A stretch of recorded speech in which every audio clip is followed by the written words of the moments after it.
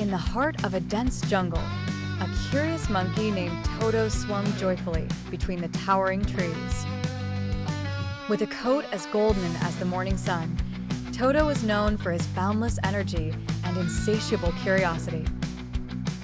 From dawn to dusk, his chatter echoed throughout the lush greenery, bringing life to even the quietest corners of the jungle. One morning, while the rays of sunlight were just beginning to pierce through the canopy, Toto stumbled upon something unusual, a glimmering stone nestled amidst the roots of a giant banyan tree. Intrigued, Toto gently pried it free, watching as the stone shimmered in the light. It seemed to pulsate with a magic of its own. Eager to uncover its secrets, Toto decided to visit Oma, the wise old elephant who lived by the riverbank. Oma's wrinkles told stories of ancient times, and her wisdom was unmatched in the jungle.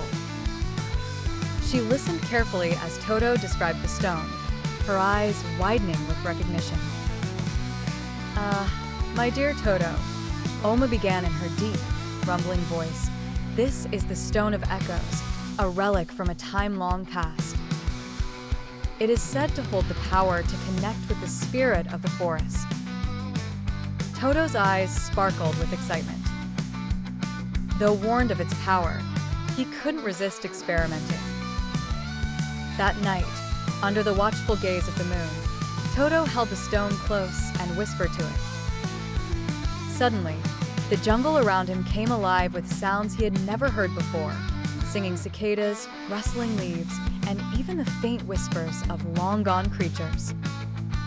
Realizing the responsibility bestowed upon him, Toto vowed to use the Stone of Echoes wisely to ensure the voices of the jungle were heard and respected.